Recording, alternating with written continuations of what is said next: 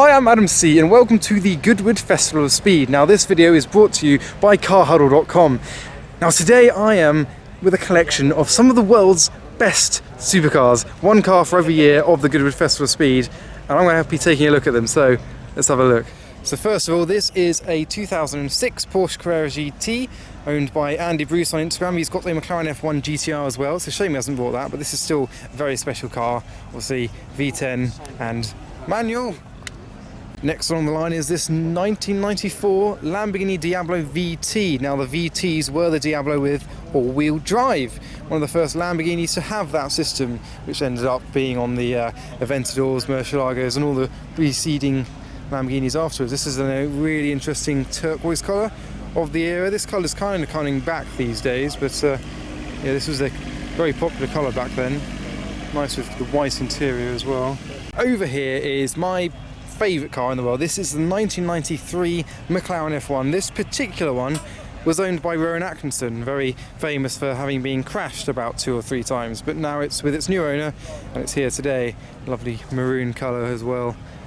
But yeah, this is probably the best car in my mind in here. I thought I'd jump straight in. There you go. Obviously this held the world record for the fastest production car for quite a number of years. It got the gold plating there, the heat shield.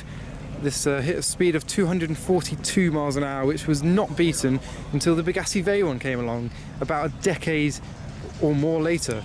Over here is a Ferrari F50 in black, which you don't often see on a car like this. Normally they're all red.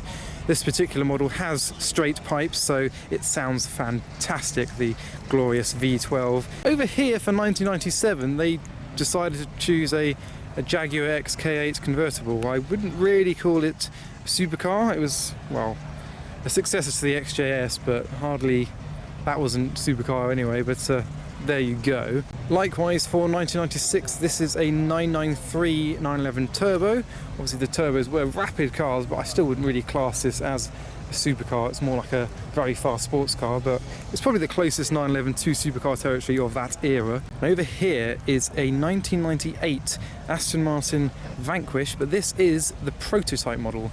You can tell because the interior is more kind of outlandish than the production version, and the rear lights are different as well. You'll notice they've got a slight different shape, and they did have the Vantage name, which was dropped for the production model as well. But yeah, this is in the kind of green colour. But well, I think Jaguar were using this colour at the time, and Aston Martin and Jaguar were really close in relation, so they borrowed it. But yeah, it looks nice. And here we have a 1999 Ferrari 550. Obviously very similar to the 575 in visual looks. The 575 was like a development of the 550. The 550 came first. They got slightly different mouths. I prefer the look of the 550 because it's got more of a smile to it than the 575, but these sound good as well, especially with straight pipes, the glorious V12 that Ferrari are well known for. And over here for the year 2000 we have this Spiker C8. Now obviously Spiker were an aeronautical company, so there's lots of engineering and inspiration from aircraft, as you can see many points around here. And here is a 2002 Bristol Fighter. I did not know that they made them that early. This has a V10 very similar to what's found in the Dodge Viper and had over 1,000 horsepower, and this did actually reach over 200 miles an hour. Some even claim it's faster than a Veyron at top speed, but I don't think they ever properly tested it to prove it.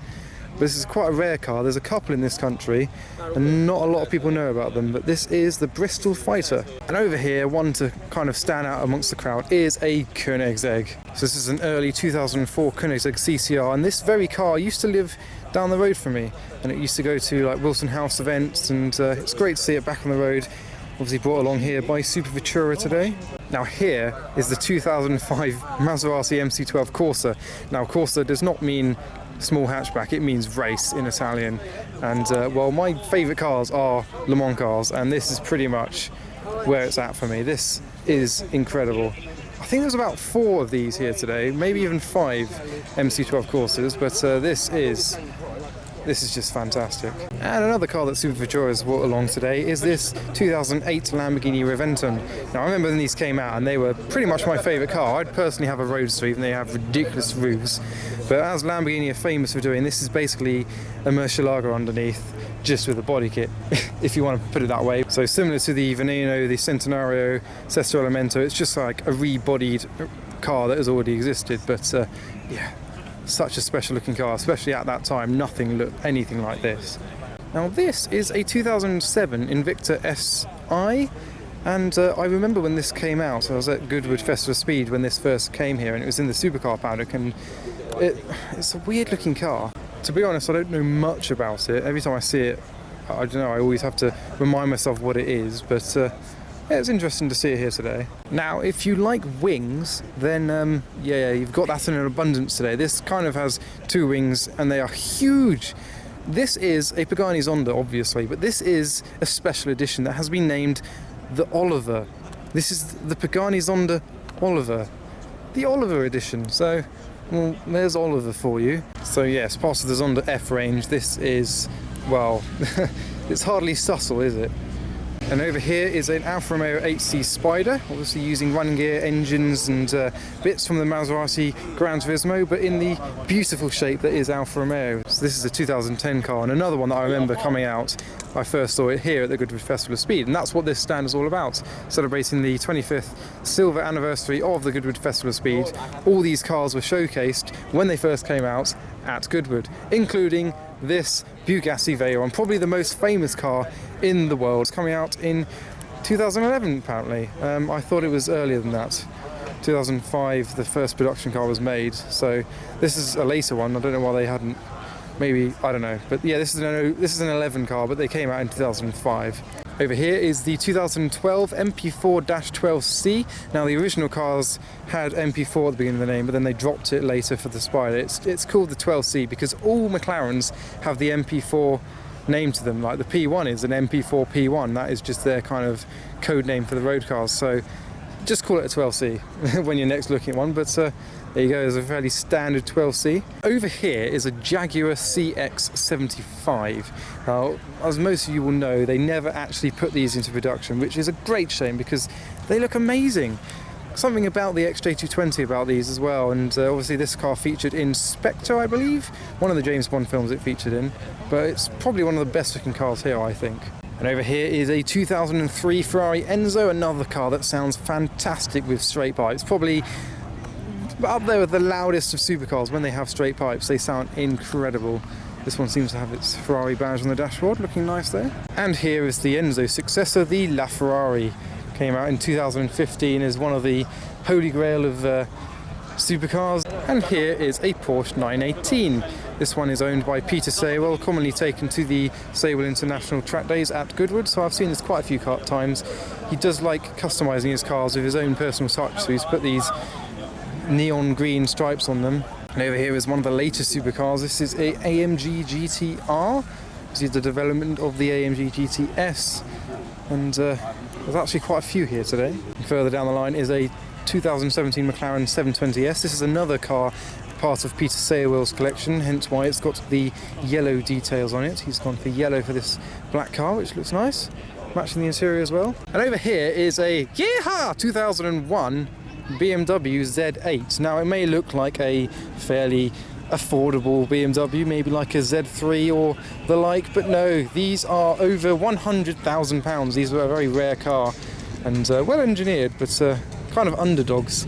You don't often see them. And finally, we have a Koenigsegg Agera. Now this is the final edition. I bet they make more after this, but it's much like the 1.1 with all the winglets there and all the aerodynamic parts. I'm not sure what the Vader has to do with anything on it, but it's probably part of their personal team that they're part of. But yes, this is a nice conclusion to the supercars here on the lawn at the Goodwood Festival of Speed. And further into the show is the Steel A Looks section, which has a selection of more supercars to look at.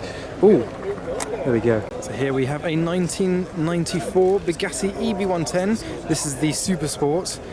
This was obviously before the Veyron, before the famous Veyron that came after this. This was their flagship model. I think it looks very clean and white with those white rear light caps on the back there as well. Over here we have an early Aston Martin DB7 with the very unique wheels. Next is the Jaguar Xj220. Now all of these cars, were out in the same year. These cars were new when the Festival of Speed was in its first year in 1993.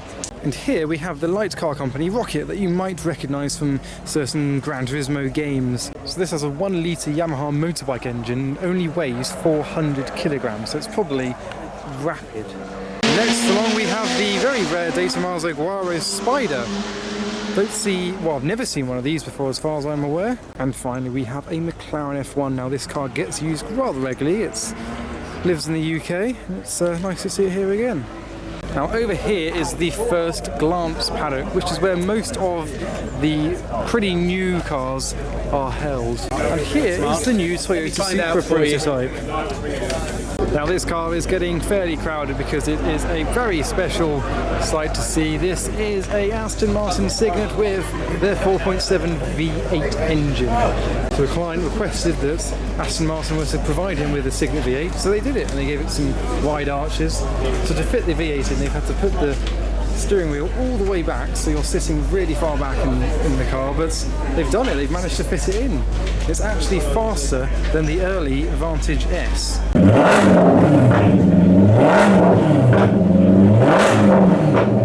And finally we have the main supercar paddock with pretty much all of the supercars that have come out this year. So first there's the Porsche 911 Speedster concept with a very classic heritage livery to it. Next on the line is a very brightly coloured GT3 RS. Next is a GT2 RS. Next a Pagani Carrera Roadster, and next to that a very special Zonda. This is the Pagani Zonda Barchetta, named because of the low roof line.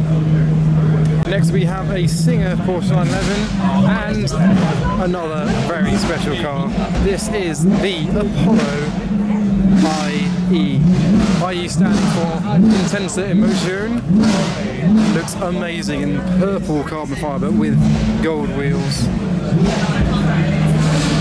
And next we have the GTR 50 by Ital Design, which is celebrating 50 years of the Nissan GTR. And push forward a little bit to another Ital Design car. This is their own car, which I am not going to pronounce, but there you go, that's the name. And next we have the Brabham BT62.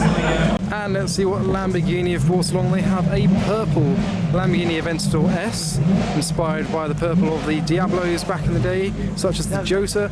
And we have a Performante Spider. Further down the line is a Centenario Roadster, an Aventador S Roadster, and a Performante Coupe. And amongst this crowd we have a McLaren Senna, one of the most controversially styled cars of late. And I'm not sure I'm a fan of this colour scheme either. However, 720S I'm also not totally sure on styling. But we've also got the brand new 600 LT. This is like the ultimate version of the 570S and the 570 GT.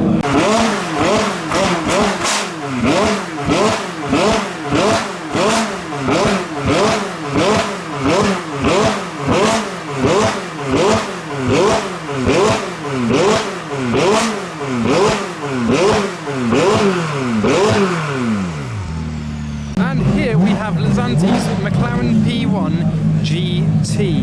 Now I don't know if you remember the McLaren F1 GT. It was basically the long tail McLaren F1 for the road, and that's exactly what they've done here. And they've matched the colour of one of the F1 GTs for the P9 GT. So there is a F1 GT in this colour, and that's why they've chosen this kind of nice dark greeny turquoise colour.